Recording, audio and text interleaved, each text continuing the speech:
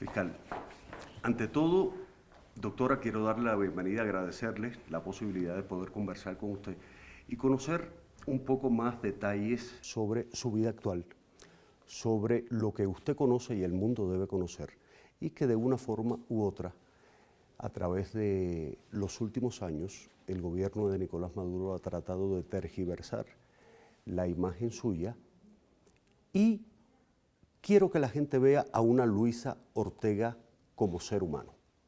Hoy por hoy, ¿cuál es el estatus suyo acá en Colombia? Primero, muchísimo gusto de estar contigo y poder transmitir información sobre lo que ocurre en Venezuela, sobre mí en particular y las expectativas del rescate de la democracia, el Estado de Derecho y las libertades en Venezuela.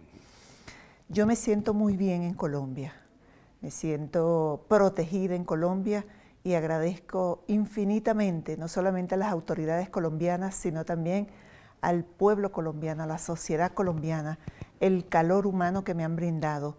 Me han protegido y me han animado a continuar en esta lucha por la democracia en Venezuela. Sigo luchando todos los días, no hago otra cosa que trabajar en función de Venezuela, de los venezolanos, de hacer propuestas con el objetivo de salir de esta tiranía que está viviendo Venezuela, pensar en los venezolanos, en la tragedia que vive cada uno de ellos y que pronto vean la luz de la libertad, que no pierdan la esperanza. Doctora, usted acá en Colombia está bajo un estatus como asilada política, como invitada. ¿Cuál es el estatus legal suyo acá en Colombia? Como invitada estoy aquí en Colombia. No quise asumir el estatus de asilada política porque esta figura tiene una serie de limitaciones y no quería tener ningún obstáculo que me impidiera continuar vociferando a viva voz que en Venezuela hay una tiranía que cada vez se consolida más, que no hay democracia, no hay Estado de Derecho, no hay libertades, que hay hambre, que hay miseria, que hay represión y que el gobierno ha hecho con los venezolanos y quienes habitan en ese país lo que ha querido. Los ha manipulado, los ha sometido y los ha esclavizado. Doctora, ¿en algún momento ha sentido usted que la intención del gobierno de Nicolás Maduro de poner una alerta roja contra usted a través de la Interpol le ha causado problemas para visitar varios países donde usted ha alzado su voz, o definitivamente no? No, para nada. Yo he tenido la colaboración de todos los fiscales generales de los distintos países que he visitado, no solamente la solidaridad, sino también la actuación oportuna en los casos que se ha requerido. He sentido más bien ayuda y no diría protección, sino interés en participar también en la solución del problema de Venezuela. ¿Cómo vive Luisa Ortega actualmente en Colombia? Después que el gobierno de Nicolás Maduro ordenara la confiscación de sus bienes, ¿de qué vive usted monetariamente? ¿Cómo vive? ¿Cómo se mantiene usted acá en Colombia? Sí. He estado haciendo algunas actividades, próximamente voy a comenzar a dar clases en una universidad de aquí de Colombia, estoy haciendo algunas asesorías, estoy escribiendo un libro sobre mi vida y cuento con la ayuda de muchos amigos venezolanos que se han preocupado por mi situación y han colaborado conmigo en algunos pagos que he tenido que hacer. ¿Nos puede dar un adelanto del libro? ¿De sí, algo que va a revelar que hasta ahora no haya revelado? Es que no puedo decirte porque ese es el tema central del libro. Voy a hacer muchas revelaciones, no solamente en lo personal, sino también de Venezuela y del gobierno que estuvo durante algunos años en Venezuela, en los últimos años en Venezuela.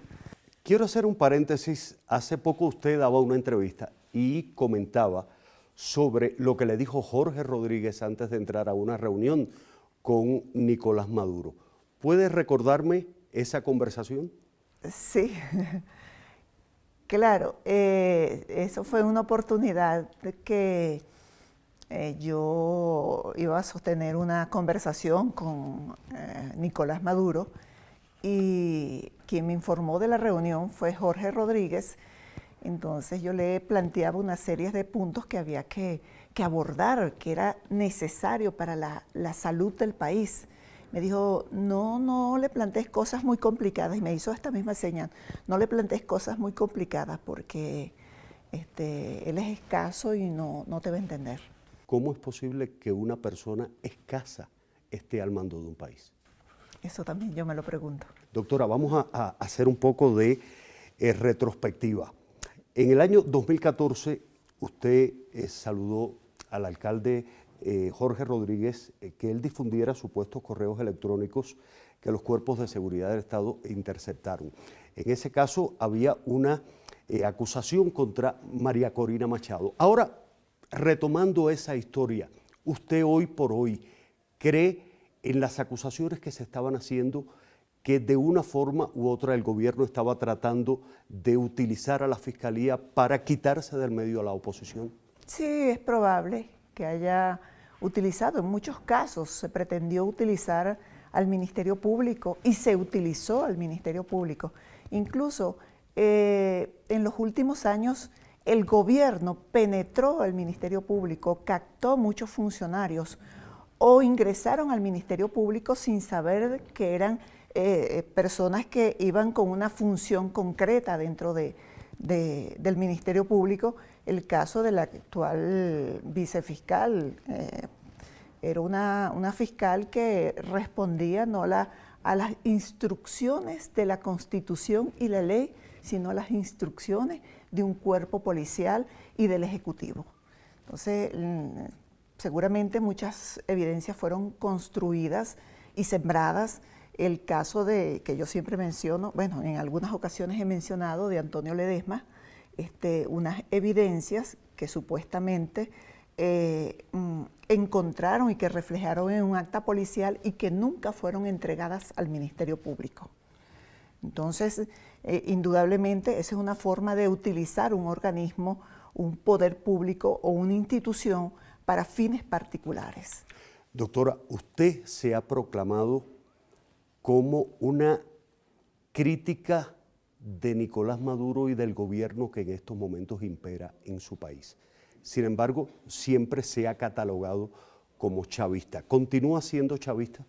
No, mira, yo soy venezolana, defensora de los venezolanos, defensora de las causas justas. Soy una mujer de avanzada, humanista, que cree en la igualdad, en los derechos de las personas. Yo siempre he estado en esa línea. Quien esté en esa línea merece mi respeto, mi admiración, mi seguimiento. Quien no represente esos valores, esos ideales, indudablemente que lo he cuestionado, lo he fustigado y lo perseguiré. Yo seguiré en mi línea, creyendo en Venezuela, creyendo en los venezolanos, en la sinceridad y el corazón de los venezolanos. Los venezolanos tienen una particularidad. Son hombres y mujeres de bien, hombres y mujeres alegres, de solidarios. Yo creo que uno de los países más solidarios unos con otros, sus habitantes en el mundo, son los venezolanos. Y lo han demostrado a través de la historia. Nunca nosotros habíamos tenido que salir de nuestro país. Siempre nosotros fuimos receptores de personas de otras latitudes. Y algunas veces veo con tristeza que en algunos países los venezolanos han sido objeto de persecución y de maltrato, cosa que me causa un profundo dolor, ¿no? Y que pensar que nosotros en otras épocas fuimos tan hospitalarios con estas personas. ¿Cuándo comienza Luisa Ortega su cambio radical con el gobierno imperante en Venezuela? ¿Cuándo comienza a darse cuenta de que el Ministerio Público estaba siendo usado para de una forma u otra quitar del medio a quienes se estorbaban? Yo no he cambiado, yo siempre he sido la misma. Cada vez que se pretendió utilizar al Ministerio Público, siempre hice objeciones. Una de las cosas que estamos haciendo, el equipo, estoy haciendo con mi equipo, es recabar todas aquellas informaciones, declaraciones y acciones que ejecuté en años anteriores. Ya sacamos por allí algunas referidas a los cuerpos policiales. Desde 2009 yo he tenido un cuestionamiento sostenido en contra de los cuerpos policiales, contra la violación de los derechos humanos y unas actuaciones que son indudablemente violatorias a los derechos humanos. En ocasiones, yo creo que hubo una época donde tenía más control del Ministerio Público. Fue en otra época, pero en los últimos años comencé a observar ese interés en penetrar al Ministerio Público, tener el control del Ministerio Público. Fíjate que yo designo a un fiscal general, a un vicefiscal general, porque entendía que era necesario cambiarlo. Y el Ejecutivo se sintió agredido por ese cambio que yo hice en el marco de mis atribuciones, porque la ley orgánica del Ministerio Público faculta al fiscal o a la fiscal general para que haga esos cambios. Y el Tribunal Supremo, mediante una decisión que no le corresponde y arrogándose atribuciones que no le corresponden, designó a una vicefiscal. Esa es una prueba evidente de lo que denuncio en este momento y que he denunciado en otras ocasiones, que ya antes venía ocurriendo. Y precisamente designa como vicefiscal a la persona que era fiscal investigadora y que adelantó todos los casos en los que hubo problemas y que en ocasiones yo tuve, y sobre todo a través de los directores, tuve enfrentamiento con ella por cuanto la actuación no se ajustaba a la Constitución y a la ley. Entonces ella se fue a ocupar un cargo en el Ejecutivo y pidió su jubilación y se le entregó su jubilación, pero sin embargo después me la impusieron. Y pretendió ingresar al Ministerio Público en la maleta de un vehículo. O sea, una cosa también bochornosa, ¿no? Porque yo no hubiese hecho tal acción. Y bueno, ahí está, era cierto lo que yo había afirmado en otras ocasiones. Doctora, yo recuerdo que cuando usted declara, que pienso que ese haya sido el punto que marca un antes y un después, cuando usted declara que una decisión del Tribunal Supremo de Justicia era inconstitucional. Recuerdo que el Tribunal Supremo de Justicia da marcha atrás y Maduro la llama a reunirse con usted. ¿Qué pasó en esa reunión? Es una de las cosas que voy a decir en mi libro, pero te puedo adelantar algo. Efectivamente, yo denuncio la ruptura del orden constitucional. Con esa sentencia, con un plumazo, se alteró lo que establece la Constitución y lo que es un Estado de Derecho. Y lo que hizo el Tribunal Supremo no fue que enmendó la sentencia. Esa violación del orden constitucional aún se mantiene. Esa noche, porque llamaron al Consejo de Estado, una cosa absurda. A mí se me invitó y yo no quise asistir a esa reunión. Y no quise asistir porque me pareció una cosa loca, o sea, así no se resuelven las cosas. O sea, el presidente llamó como a ordenar las cosas. No, es que no es el presidente quien ordena las cosas, son todos los venezolanos quienes ordenamos las cosas. Y convoca a los magistrados del Tribunal Supremo de Justicia y los emplaza así como y firman como un acuerdo. Es que así no se maneja el Estado. Un país no se maneja de esa manera. El Tribunal Supremo tenía que adoptar una decisión que verdaderamente se restableciera el orden constitucional. Y esos magistrados tenían que salir de sus cargos, porque eso es un golpe de Estado. Eso que hicieron ellos es un golpe de Estado. Ellos tenían que ser separados de sus cargos, y si ellos tenían ética, deberían haberse separado inmediatamente de sus cargos. ¿Qué le dijo Maduro esa noche? Porque ellos sacaron una fotografía tratando de que el mundo viera una Luisa Ortega afecta al gobierno y a un Nicolás Maduro complacido con la decisión de Luisa Ortega. No, lo que querían era esa noche hacer eso. Eso fue el otro día. Al otro día, al día Sí. siguiente. Esa noche yo no quise Usted asistir. no fue. No quise Aunque asistir. dicen que después que firmó, o sea, ellos afirmaban que usted había firmado en lo No que es en ese cierto, momento. eso lo voy a aclarar en mi libro. El otro día, Al día sí, siguiente. al día al día siguiente, siguiente. que fue la famosa reunión de referida antes, Sí. yo pedí que no hubiese cámaras ni Ni micrófonos. Grabaciones. grabaciones, y mi sorpresa fue que cuando entré me sorprendieron pues con cámaras y videos y todo ese tipo de cosas para como ratificar que yo Claro. que no había pasado nada. ¿A qué va usted a la oficina de Nicolás Maduro? ¿En la cita o usted va para explicarle cuál había sido la decisión que había tomado? No, en la noche cuando yo no quise asistir, se acordó que el otro día me iba a atender. ¿Qué le dijo? Lo voy a decir en mi libro. ¿En algún momento tuvo usted una discusión fuerte con Nicolás Maduro? Es parte del libro. Sí. ¿Cuál es la diferencia entre Maduro y Chávez? Chávez, y en el momento de que él se lanza como una propuesta política, recogía mucho el sentimiento popular. En ese momento el país de verdad estaba atravesando por una difícil situación.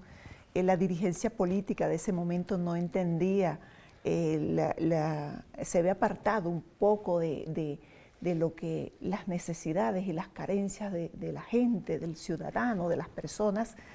Y surge esta persona, Chávez, con una propuesta humanista, al lado de las causas justas, de los más vulnerables. Y bueno, y a mí me agradó esa propuesta. Y estuve de acuerdo siempre con las causas, y sigo estando de acuerdo con las causas de los más vulnerables, de la gente que padece más problemas, que yo llamo de la causa de los justas, causas justas.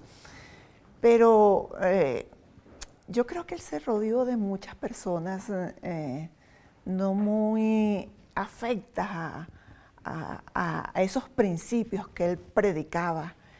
Y prueba de ello, bueno, es lo que tenemos actualmente. Y más Maduro, además que ha sido incapaz de resolver el tema de país, lo que ha destruido el país.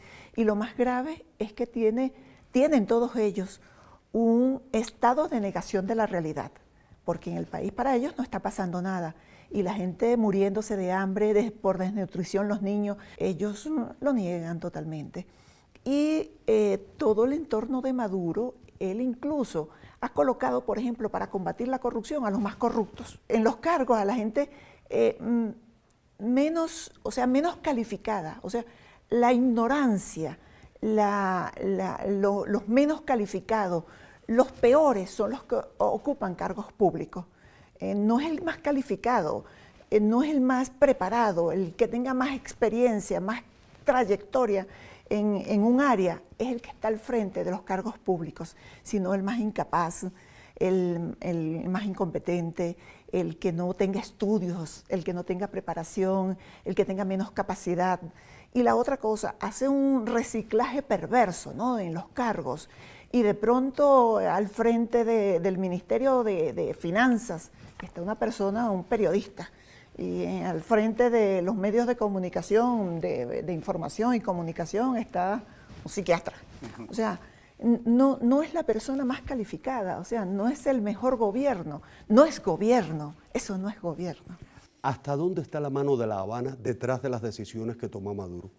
Yo tengo pruebas de algunas cosas que vi, pero sí yo estoy... ¿Cómo cuáles, doctora? En los centros de salud, en el Tribunal Supremo de Justicia, en la Fuerza Armada. ¿Habían cubanos?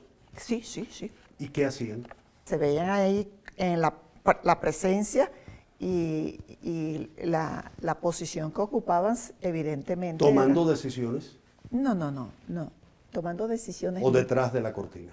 Sí, o sea, la presencia de ellos en actos y reuniones públicas. Doctora, si usted tuviera que hacer un recuento de su vida, en este momento, ¿de qué usted se arrepiente y de qué no se arrepentirá nunca en su vida? He dicho también en otras oportunidades que yo creo que yo debí decir públicamente cosas que reclamaba a lo interno. Las llamadas de atención, las llamadas de alerta, los llamados a corregir, a enmendar las cosas, a rectificar, porque en definitiva tú te puedes equivocar. Lo importante es que te des cuenta de eso y que rectifiques eso. Esas cosas yo debía hacerlas públicamente. ¿Alguna vez sintió usted presión por parte de Chávez o Maduro para tomar una decisión? Sí, por parte de Maduro y el equipo de él siempre, permanentemente. ¿Cómo se hacía de una forma en que supuestamente la Fiscalía era independiente? ¿Cómo el Ejecutivo trataba de influenciar en usted? Llamando, toma tal decisión, haz tal cosa, priva de libertad a tal persona, o sencillamente ya en los últimos años los tribunales, las decisiones que adoptaba el Ministerio Público no, las declaraban sin lugar. Es más, hubo una decisión del Tribunal Supremo de Justicia donde reforma el sistema acusatorio, le quita competencias al Ministerio Público, o sea, para tener el control de la imputación. O sea, cosas como esas hicieron. Yo recuerdo, nosotros en el 2014, nosotros solicitamos 700 sobreseimientos. No sé si recordarás aquel... Sí. 700 sobreseimientos solicitamos. Y yo estoy segura que a estas alturas todavía eso no se ha procesado. De las cosas que ha hecho el nuevo fiscal y que él ha dicho que ha luchado contra la corrupción porque usted fue incapaz de hacerlo, ¿hasta dónde esos expedientes lo había abierto usted y sencillamente no le dejaron seguir adelante? No, no solamente no dejaron seguir adelante, sino que además nunca las actuaciones que hacía el Ministerio Público nunca tuvo el apoyo ni de los cuerpos policiales ni de los tribunales. Fíjate que yo traje por aquí apuntado algunas cosas. Nosotros teníamos contra Rafael Ramírez 6 investigaciones, entre ellas la famosa aquella plataforma de Avant Per, y 5 más. Y allí fue imposible adelantar las investigaciones, porque en materia de corrupción, uno de los principales obstáculos que hay para la investigación es que quien tiene la prueba es a quien se está investigando. ¿Cómo tú tenías acceso a PDVSA para obtener la información si quienes estaban al frente de PDVSA eran los involucrados? O sea, con dar una orden no lo dejes entrar. Yo recuerdo, nosotros hicimos un allanamiento a Sencoex porque nunca nos dieron la información. Y cuando los fiscales estaban, por cierto, que fueron con el DIGESIN, el DIGESIN a lo mejor no tenía idea de lo que iba a hacer, y estando allá comenzaron a llamar. El DIGESIN se fue y nos dejó solo a los fiscales.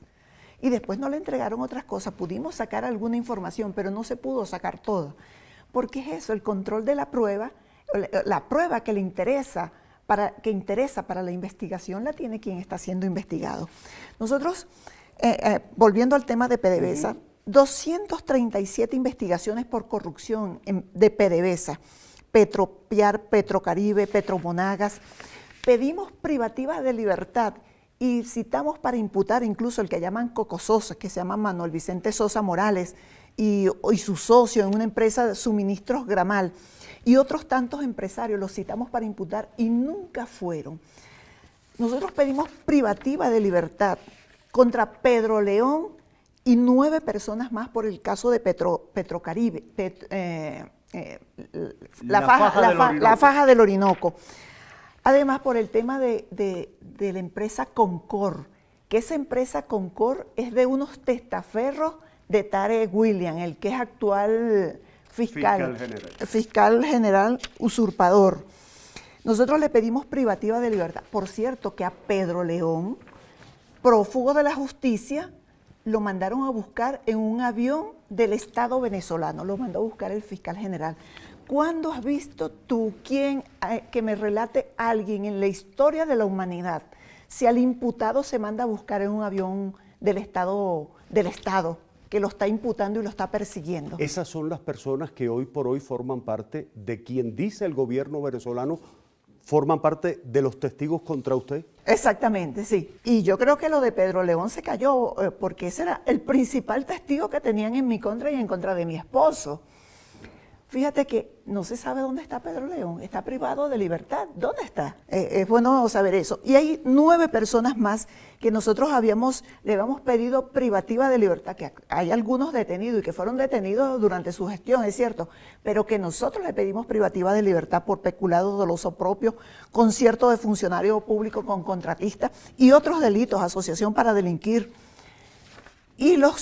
¿Por qué no están privados de libertad los dueños de la empresa Concor? Ya te voy a decir los nombres de Alejandro Josué Ruiz Maceo. Son testaferros del actual fiscal. Del actual fiscal general. Cuando usted mira a Venezuela desde una perspectiva global, se da cuenta de que en estos momentos, a pesar de que ha cambiado Nicolás Maduro por un Chávez, Chávez tenía un presupuesto de 40 y tantos dólares el barril, cuando en el mercado internacional más de 100. Llegó a costar 140 dólares el barril. ¿Dónde se metió todo ese otro dinero, que era más del doble del presupuesto del Estado? Es que las cuentas no dan. Y yo creo que en algún momento esa auditoría hay que hacerla. Igual que hay que hacer la auditoría de las viviendas que se han construido en Venezuela. 1.500.000, eso es mentira, eso es falso. En Venezuela no hay control. El gasto público tiene que ser controlado. Por eso es que empezaron a atacar a la Asamblea Nacional cuando ganó la oposición, porque venía el control del gasto público. Entonces ellos quieren, el gobierno Maduro y todo su entorno, ese grupo delincuencial no quieren tener control, no quieren entregar cuentas de los dineros que son de todos los venezolanos, que es nuestro, de todos. Así como están sacando el oro, el diamante y el coltán en aviones privados sin ningún tipo de control. No quieren que nadie los controle. ¿Dónde está el oro de Venezuela? Bueno, yo también quisiera saber dónde está. Todavía en algunas minas y destruyendo el oxígeno del planeta. Porque desde el espacio aéreo tú puedes observar el deterioro que se está haciendo contra todas las fuentes acuíferas y las cabeceras del Caroní, del Orinoco, están siendo lamentablemente deterioradas en detrimento de todo el planeta, porque el tema del oxígeno nos afecta a todos. Doctora, en Miami hay muchas personas que aseguran que una buena parte de la gente que defalcó las arcas de Venezuela están hoy viviendo echándose fresco en el norte. Sí. ¿Usted tiene pruebas de eso? ¿Sabe quiénes de una forma u otra estafaron al Estado, estafaron al pueblo de Venezuela y hoy viven en impunidad en Estados Unidos? Yo he solicitado algunas medidas, no solamente en Estados Unidos, sino en otros países. El tema de, por ejemplo, volviendo un poquito, ya te explico eso, a Venezuela se le otorgó el permiso Kimberly, que es para la explotación de los diamantes, y no hay un control de para qué usan ese dinero. Y ese permiso se otorga siempre y cuando los dineros de la explotación de los diamantes no sean utilizados para la violación de los derechos humanos, para el compra de armamento o para otros fines distintos que no sea el bienestar del país o de la población. No hay control de eso. Nosotros solicitamos al Tribunal Supremo de Justicia, que está en el exilio, que solicitara a su vez oficiara a la organización, a la ONU, para que le suspendieran a Venezuela el permiso Kimberly. Y nosotros hemos solicitado a distintos organismos y a distintos ministerios públicos, así como instituciones bancarias, congelación de cuentas, congelación de bienes. Y bueno, estamos esperando todavía respuesta de algunas instituciones y de algunos gobiernos. ¿Usted ha colaborado con las autoridades de inteligencia de los Estados Unidos? Eso es un tema que que yo preferiría no hablar por ahora de eso. ¿Qué relación en estos momentos tiene usted con Estados Unidos? ¿Tiene visa de entrada a Estados Unidos? No tengo visa. Inicialmente me la negaron, yo tengo ya la invitación de acudir a Estados Unidos, pero he estado realizando otras actividades, pero tengo proyectado en el futuro visitar Estados Unidos. Desde su punto de vista, ¿cómo usted avisora el futuro de Venezuela? ¿Cree realmente en ese diálogo entre oposición y gobierno en República Dominicana? Lamentablemente, lo que pasa en Venezuela no solo es responsabilidad del gobierno, sino también es responsabilidad, yo diría, de todos y de una oposición que de verdad no ha sabido entender el momento histórico. Y yo creo que lamentablemente ese diálogo no va a conducir a nada. A lo único que va a llevar es a que el gobierno se oxigene, gane tiempo, porque en las conversaciones hasta ahora que se ha logrado, ¿cuál ha sido el resultado? Además, ¿cuál es la agenda? Está en la agenda el tema de la desnutrición de los niños, está el tema de la ayuda humanitaria, está el hambre que está pasando los venezolanos, el deterioro de la infraestructura, los dineros de los venezolanos, todos esos temas están, porque eso es lo prioritario. No puede ser el tema electoral por encima del tema social, del tema humanitario, de la emergencia humanitaria que tiene Venezuela. Como fiscal, ¿qué falló, qué se hizo mal durante el operativo contra Óscar Pérez? Bueno, tú sabes que yo... No, desde el punto de vista suyo, como letrada, como abogada, allí no había nadie del Ministerio Público, allí prácticamente fue una ejecución lo que hicieron. Sí, mira, hasta en las guerras, un conflicto bélico, hay rendidos, hay que respetarle la vida. Allí ni siquiera se contempló esa posibilidad. La instrucción que había era de aniquilarlos, de ejecutarlos.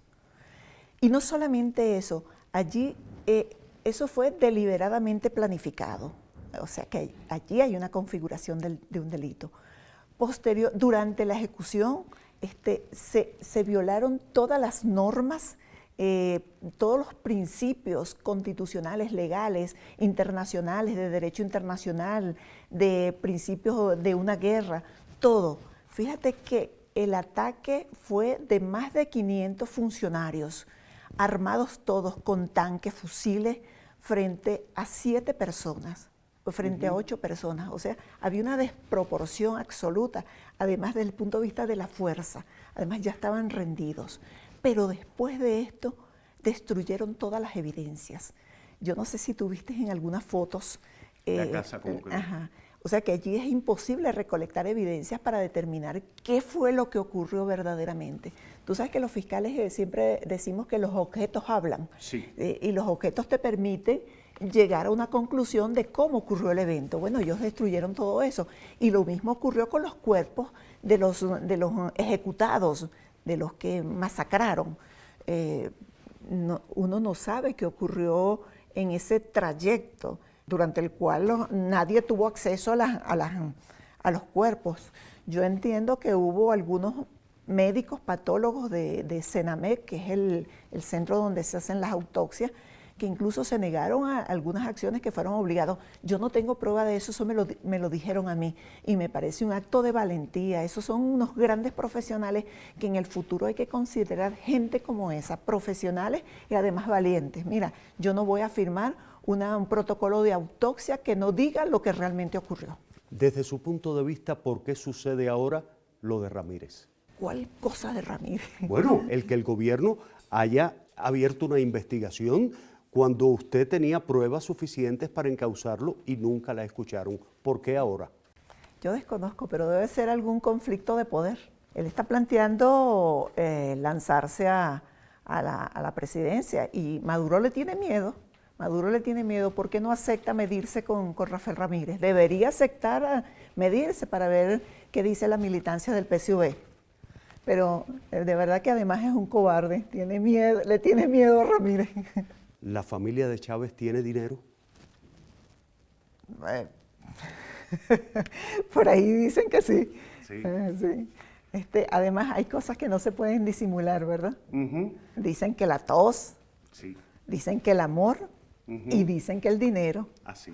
¿Por qué no se disimula el dinero? Bueno, la ostentación, joyas, carros, hoteles, viajes, aviones privados, zapatos, todo eso evidencia cuál es tu poder adquisitivo. Hablando de todo eso, como parte de las acusaciones que hace el gobierno, presentan pruebas, presentan un avión donde supuestamente usted se iba a vacacionar con su esposo. Ay, ojalá. ¿Qué hay detrás de eso? Mira, el Ministerio Público se le asignó por acta, por cierto que todo eso yo lo tengo en original, un avión que había sido incautado por legitimación por drogas, así como se le asigna a todas las instituciones en el Estado venezolano. Es decir, todos esos aviones que se incautan por drogas, por legitimación de capitales, si se dejan parados, se deterioran, se le entregan a instituciones para que los administre. Ese avión se le entregó al Ministerio Público, se lo entregó la ONDOF, que fue el organismo que se encargó de administrarlo y le cedió esa administración al Ministerio Público, no a la fiscal general, sino al Ministerio Público. Por cierto, ese avión fue utilizado, tampoco fue mucho tiempo, 6 meses aproximadamente tuvimos el avión, cuando hubo un caso famoso allá que fue de Tumeremo. Ese avión nos sirvió de mucho porque sirvió para trasladar los expertos, los fiscales, incluso a funcionarios del 6CPC que se requerían en el lugar del suceso, trasladar el equipo de rayos X que estaba en el Ministerio Público, no sé si todavía estará allá. O sea que era fundamentalmente utilizado para que los fiscales, los directores y otros funcionarios como el 6CPC se trasladaran. Fíjate que eso no tuvo ninguna repercusión y habría que preguntarse qué pasó con ese avión ahora, quién lo tiene, quién lo usa. En sus archivos, ¿usted tiene pruebas que vinculen a Diosdado Cabello con el narcotráfico? Tú sabes que he cuidado mucho de decir el tema, decirlo públicamente, el tema de las evidencias que tengo con el narcotráfico, porque este es un tema muy delicado. Fíjate que públicamente he hablado de corrupción, he hablado de legitimación de capitales, pero sobre el narcotráfico yo lo he tratado directamente con quien tengo que tratarlo, por un problema de integridad física. ¿Cuántas personas en el gobierno pudieran estar involucradas en esto? Muchas, muchas. El día de mañana hay una elección en Venezuela y usted, ¿qué le diría a los venezolanos? ¿Que salgan o no a votar? Es que no te puedo responder frente a esa pregunta. Yo tendría que hacerte una explicación de todo el tema electoral, ¿no? ¿Por qué la gente dice una cosa y cuando usted va a las urnas aparece otra? ¿Dónde se escapa el voto? Pero es que eso es lo que te quiero explicar. En Venezuela no es posible una elección transparente, no es posible una elección de igual a igual, porque la Constitución nuestra dice que el Estado debe facilitar el derecho a la participación política y el gobierno lo que ha hecho es limitar la participación política, poner obstáculos para que la gente participe. Y esta elección que están convocando es una elección fraudulenta, donde no le están dando la posibilidad de participar a las otras personas, porque mientras existe esa constituyente de Maduro, no va a ser posible que haya elección transparente en Venezuela. Tienen que disolver esa ilegítima y violatoria de la Constitución, de esa figura, la constituyente, para que pueda haber unas elecciones libres. Y fíjate una cosa, para el supuesto de que vaya un candidato único de la disidencia del gobierno y gane ese candidato único, primero va a tener un plazo sometido a la constituyente, porque lo van a obligar a someterse a la constituyente y le van a quitar todos los poderes al presidente y van a dejar un cajón vacío, un presidente con un cajón vacío, así como le hicieron a Antonio Ledesma, como hicieron con las gobernaciones que se sometieron a la constituyente. Entonces no es garantía. En el supuesto de que gane una persona distinta, es la divina constituyente quien manda en el país y que puede decir, bueno, ahora tú no vas a ser presidente, sino que va a ser Nicolás Maduro. ¿Cómo puede usted ayudar a Venezuela desde Colombia? Lo estoy haciendo. ¿Cómo? Lo estoy haciendo con las acciones que estoy ejecutando, con las reuniones que sostengo con diversos actores, ya sean presidentes, primer ministro, cancilleres, organizaciones, personalidades, planteándole cuáles serían las acciones que pudieran ejecutar para ayudar a Venezuela.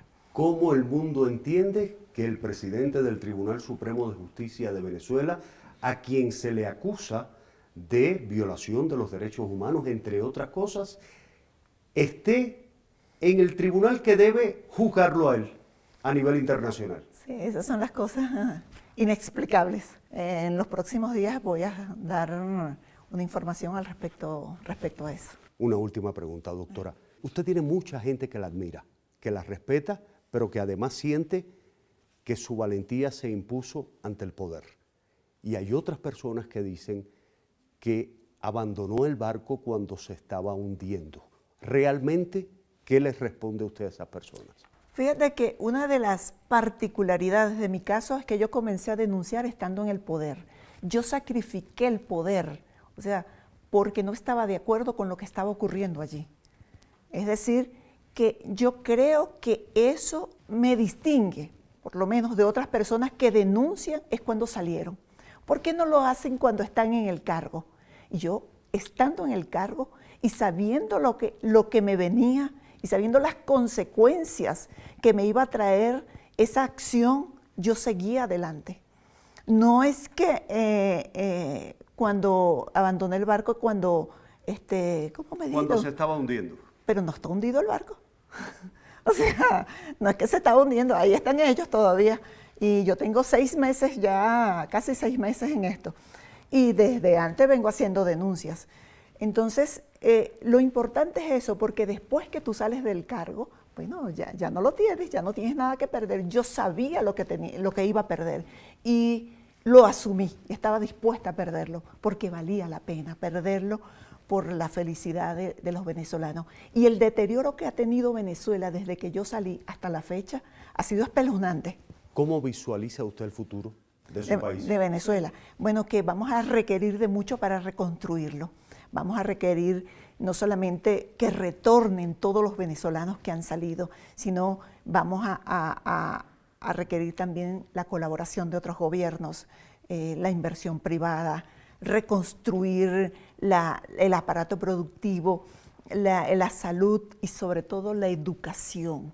Eso va a costar muchísimo y erradicar el odio que se ha encargado de sembrar estos que detentan el gobierno actualmente. Muchísimas gracias, A doctora. ti. Ha sido un placer. Igual.